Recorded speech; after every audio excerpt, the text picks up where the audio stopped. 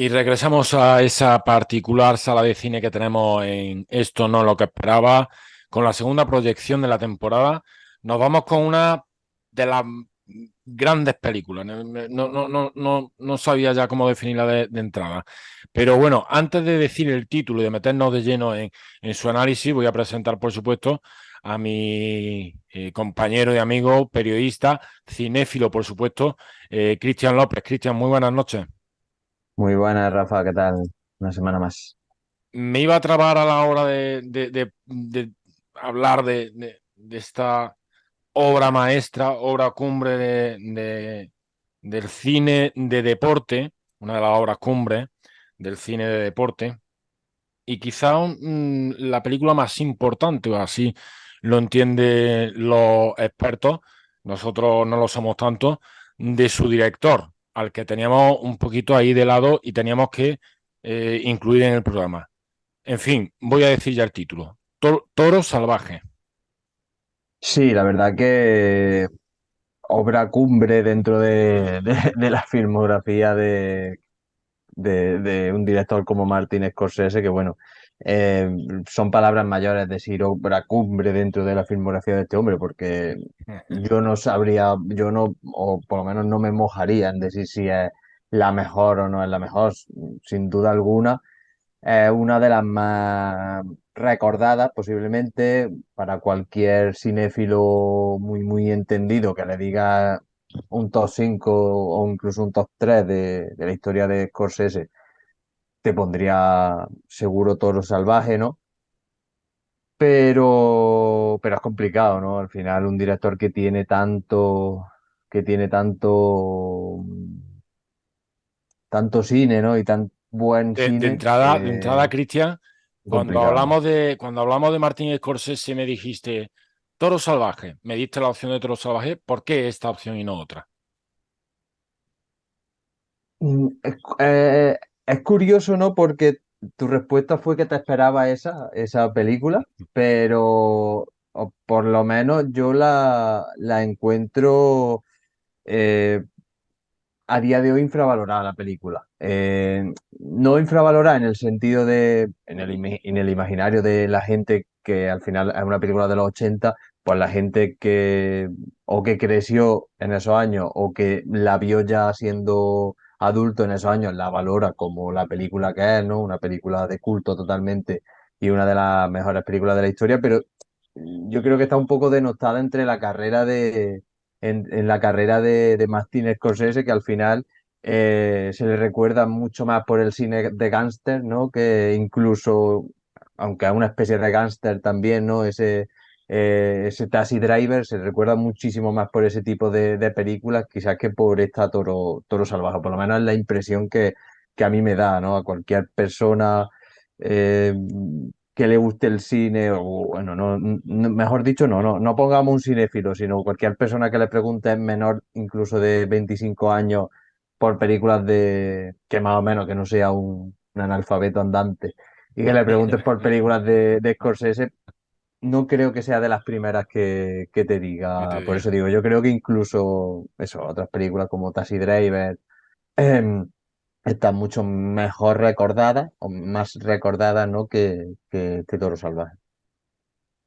Toro Salvaje que viene a ser un biopic sobre el boxeador y después cómico, bueno, él decía que era cómico, Jake LaMotta, que le titulaba, que le llamaban así sobre el ring deportivamente, el toro del Bronx o toro salvaje. Fíjate, Cristian, 1980 es el año de estreno de esta película. Entonces no se terciaban mucho eso de las películas biográficas que ahora se llaman biopic y que tan de moda están. Es cierto, ¿no? Que no se estilaba tanto este tipo de película, ¿no? Y además un biopic de una persona que yo creo que, o sea, que no es archiconocida, ¿no? O sea, Y que que, es perdóname, Cristian, un momento, y que es despreciable, ¿eh? bueno, también, sí, pero bueno, incluso eso, eso te lo puedo comprar en el sentido de que hoy en día pues se pueden hacer biopics de, de personas despreciables, ¿no? Que al final, por la historia que tengan, por su vida, lo que sea, merece la pena contar la historia, que la gente la conozca, pero por norma general son personas conocidas, ¿no? Es una persona, este caso de este Jay LaMotta, ¿no? Al final es un tipo, ¿no? De Estados Unidos, que supongo que en su gremio, bueno, no solo en su gremio, sino en su círculo, sería muy conocido en ese momento. Hombre, al final llegó a ser campeón de los pesos medios de boxeo, pero no es un... yo creo que tampoco estaría, ¿no?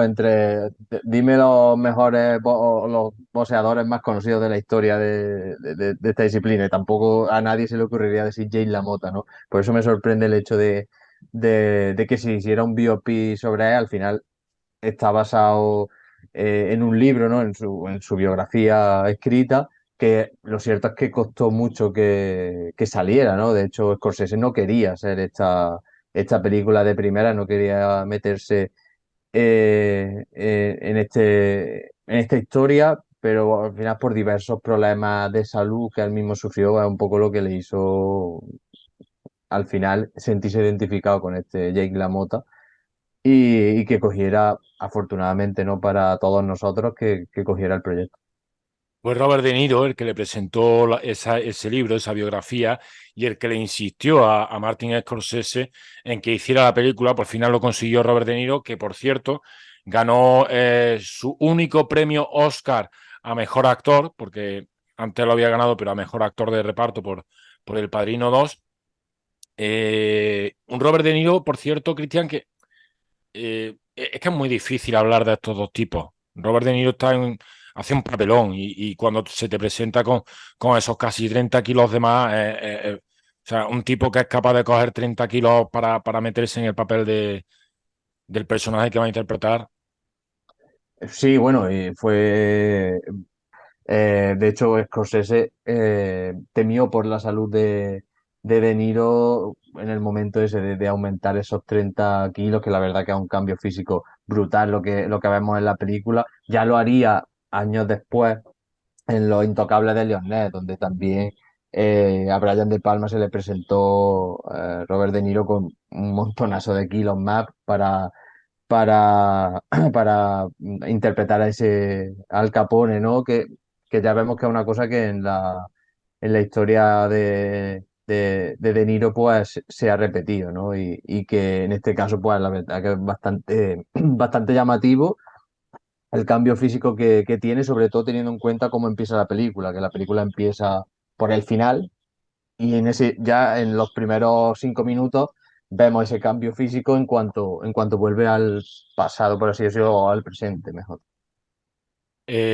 Aquí Martin Scorsese utiliza el recurso del blanco y negro, pero no tiene en absoluto nada que ver con el uso que le dio, por ejemplo, Steven Spielberg en la lista de Schindler, que era dramatizar auténticamente, o que le ha dado Kenneth Branagh a Belfast, que era un poco dibujar un recuerdo, ¿no? En este caso es como para transportarnos a una época clásica, ¿no?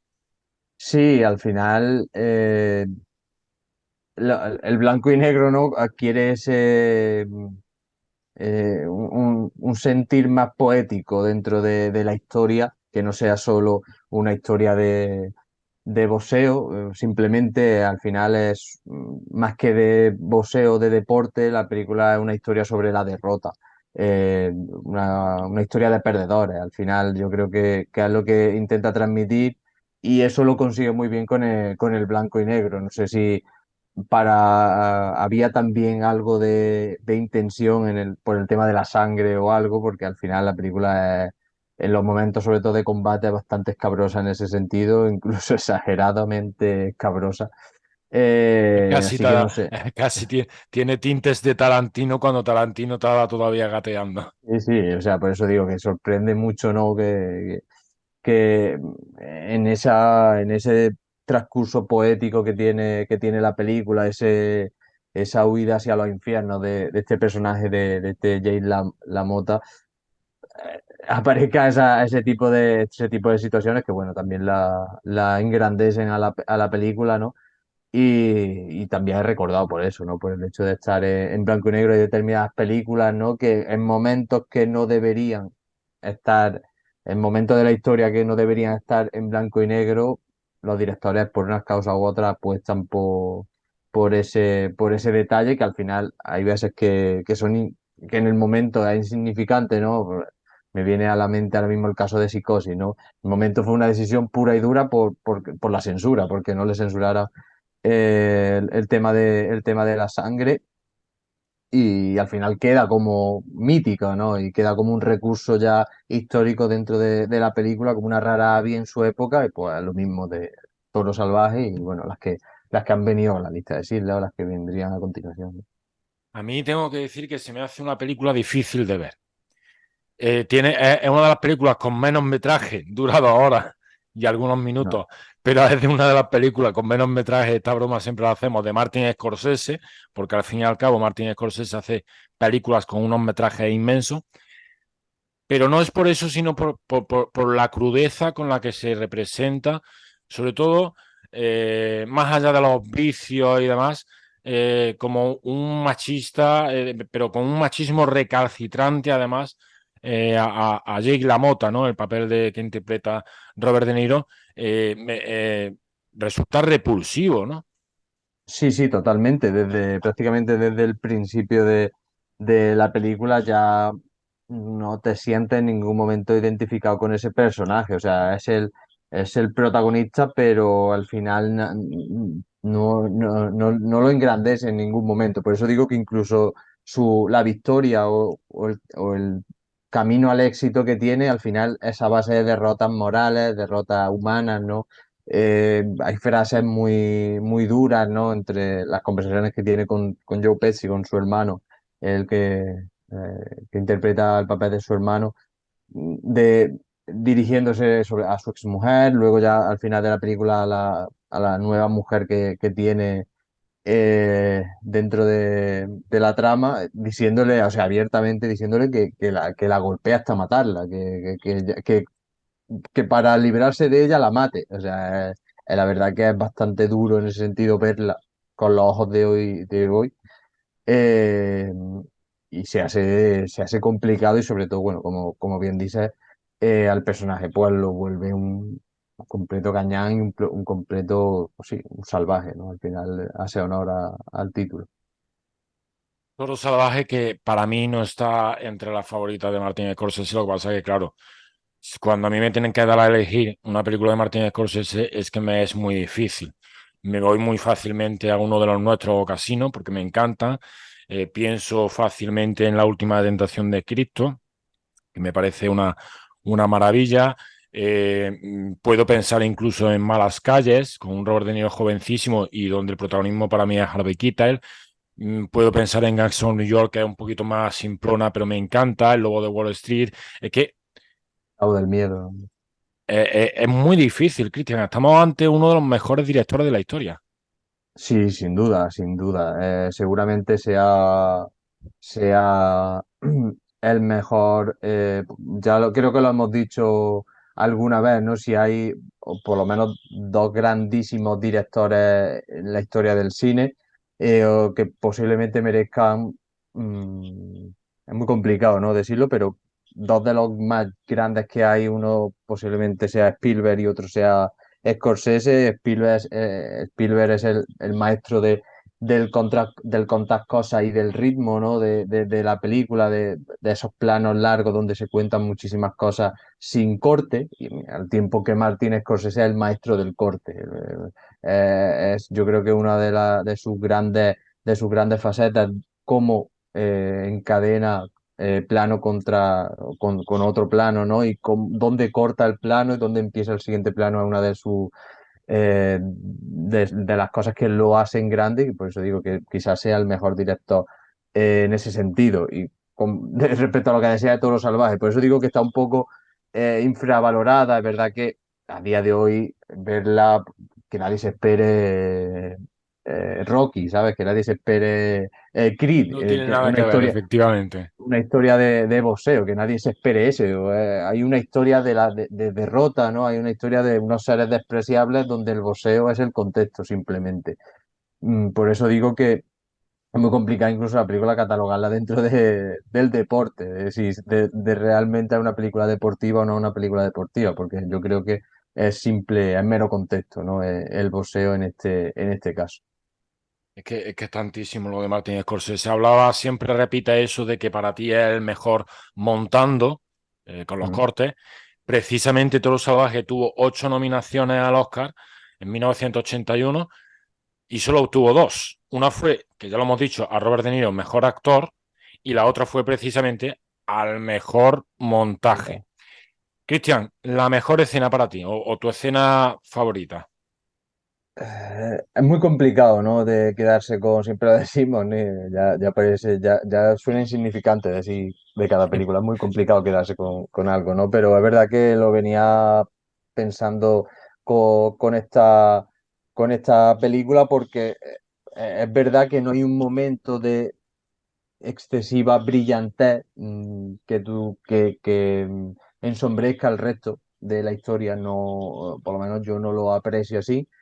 Eh, Hay momentos duros que al final quedarse con un momento tan duro resulta complicado. Yo me voy a quedar con un momento que hace años que no la veía y la impresión que he tenido es que me ha recordado a otra película que guarda muchísima conexión y es que es Scarface, ¿no? Que, tres años después, al final, yo creo que guarda muchísimos paralelismos, ¿no? De un ser despreciable desde el principio, que es el protagonista de la historia que tiene un objetivo de llegar al éxito, en este caso es de ser campeón, en ese caso es de ser el mayor gángster del momento, y que cae a los infiernos inmediatamente coinciden en escenas machistas, ¿no? Coinciden en la decadencia de ese personaje y bueno, dos actores que aquí ya hemos hablado de ellos como por un lado Robert De Niro y por otro Al Pacino, ¿no? Seguramente dos de los mejores actores de la historia, sin duda. Entonces, me voy a quedar con la escena de que están en un bar. No sé ni si, no recuerdo ahora mismo ni si sale el nombre del bar en algún momento, que es el bar, aparte del que monta él al final de la película, el bar en el que están siempre, ¿no? Que están sentados eh, Jane LaMotta con la chica esta, con Vicky, con la chica esta rubia que se casa después, junto a su hermano, junto a Joe Pesci y su mujer. Aparecen los que son amigos de su hermano, pero son enemigos de él, pero que ella se lleva bien con ellos. Y hay un rifirrafe dialéctico entre mesas, miradas, ¿no? Y me recuerda mucho a una escena en la que de Scarface, ¿no? En el que está Al Pacino Con con Michelle que ya Pfeiffer. con Michelle Pfeiffer, que ya se le ha quitado a, a su enemigo, ¿no? Por así decirlo, que no recuerdo ahora mismo quién es. Robert Loggia. Robert Loya, exactamente, Robert Loya. Y ya que se le ha quitado a la chica a él y están en ese bar donde cada uno está en una mesa y me recuerda muchísimo, no sé por qué. Bueno, al final tiene esos condicionantes, pero la historia es totalmente distinta. Pero me voy a quedar con ese momento, no por eso. Pues yo me voy a quedar con otra cena en un bar, pero este es un tuburio y es cuando Jake LaMotta sale de la cárcel porque pasa por prisión y trata de retomar su carrera, entre comillas, de cómico y lo que se ve es la decrepitud hecha persona, ¿no? Como alguien que ha llegado a la cima, pues ha terminado en el subsuelo. Me quedo con esa escena porque para mí es muy descriptiva del personaje y de la historia que se nos presenta, ¿no? Totalmente. Cristian, ¿qué nota le ponemos a Toro Salvaje?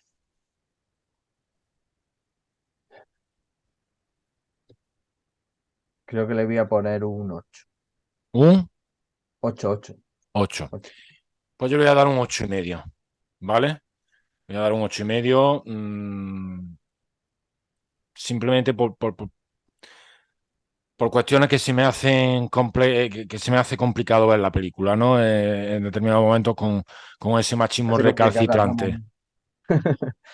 Con ese machismo recalcitrante y bueno, y que mis expectativas con Martin Scorsese son siempre muy altas y bueno, pues Toro Salvaje pues se me escapa un poco de lo que a mí me gusta verle a este magnífico director, ¿no? Bueno, pues 8,5 por mi parte, 8 por parte de Cristian, hemos hablado de Toro Salvaje, una de las películas más reconocidas a nivel mundial dentro de la historia del cine. La próxima semana tendremos más. Cristian, como siempre, muchísimas gracias, un abrazo y muy buenas noches. Muchas gracias, como siempre, a ti, Rafa. Buenas noches.